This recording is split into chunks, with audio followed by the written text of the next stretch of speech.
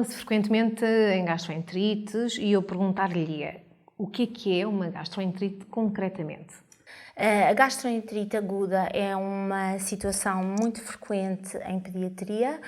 É uma síndrome caracterizada pelo aumento da frequência das dejeções associada à diminuição da sua consistência, e esta situação está frequentemente associada a vômitos, dor abdominal e febre. Que causa grande desconforto aos bebês. E quais são as causas mais frequentes para que aconteçam gastroenterites? A causa mais frequente da gastroenterite aguda é, sem dúvida, a infecção do trato gastrointestinal. E dentro dos agentes infecciosos, os vírus são, sem dúvida, os mais frequentemente implicados. É uma situação que tem habitualmente um início súbito e que é autolimitada. E para o bebê, qual é, digamos assim, o maior risco quando tem uma gastroenterite? Sendo, como referi, a gastroenterite aguda habitualmente uma situação autolimitada, portanto que acabará por passar sozinha, o principal risco prende-se com o risco de desidratação que pode estar associado às perdas intestinais que ocorrem nesta situação. Há alguns sinais de alerta importantes para os pais, nomeadamente uma prostração intensa, a diminuição das lágrimas, diminuição da quantidade de urina que a criança faz e uma secura das mucosas, traduzida, por exemplo, pela diminuição da saliva. Isto são situações que poderão alertar. E ajudar os pais também a perceber que se passa ali algo de estranho, digamos certo. assim. E sendo a desidratação o principal risco numa gastroenterite aguda, é importante que haja uma solução para ela. E, nesse sentido, existe no mercado a solução de reidratação oral, que é composta por água, açúcar e eletrólitos constituídos na proporção ideal recomendada pela Sociedade Europeia de Gastroenterologia, Patologia e Nutrição Infantil, portanto que tem uma composição equilibrada dos vários componentes e que vai corrigir os desequilíbrios provocados pelas perdas intestinais inerentes a esta patologia. Portanto, existe o risco de desidratação como principal risco, como referiu, mas existe certamente também o risco da desnutrição.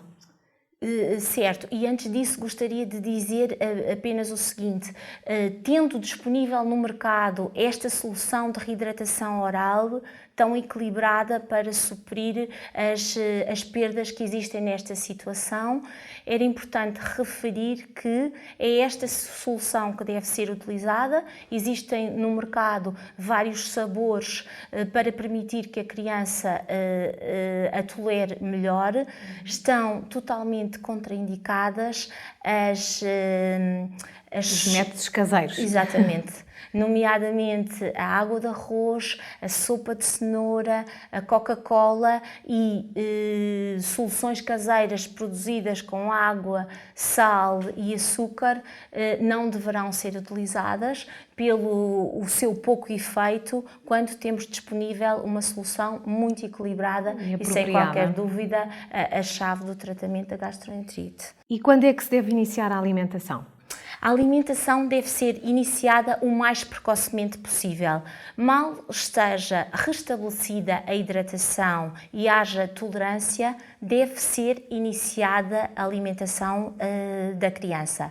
Deve-se começar por a alimentação normal da criança em quantidades mais pequenas e aumentando progressivamente conforme a tolerância da criança, mas mantendo sempre a alimentação própria e habitual da criança. No lactente não deve nunca ser interrompido o aleitamento materno, não há qualquer interesse em diluir as fórmulas porque não tem qualquer benefício para a recuperação da gastroenterite aguda e vai fornecer à criança um aporte calórico inferior ao que ela necessita.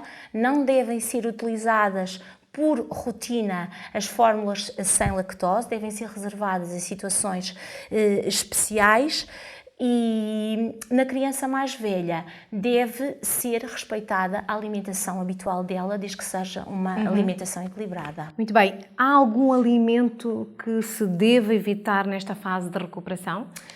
Na fase de gastroenterite aguda, a única coisa que eu recomendaria evitar são as bebidas e os alimentos com elevado teor em açúcares, porque podem agravar a diarreia, e também alimentos com elevado teor em gorduras. São estas as recomendações sobre o que há a evitar. De resto, deve ser liberalizada a alimentação normal da criança.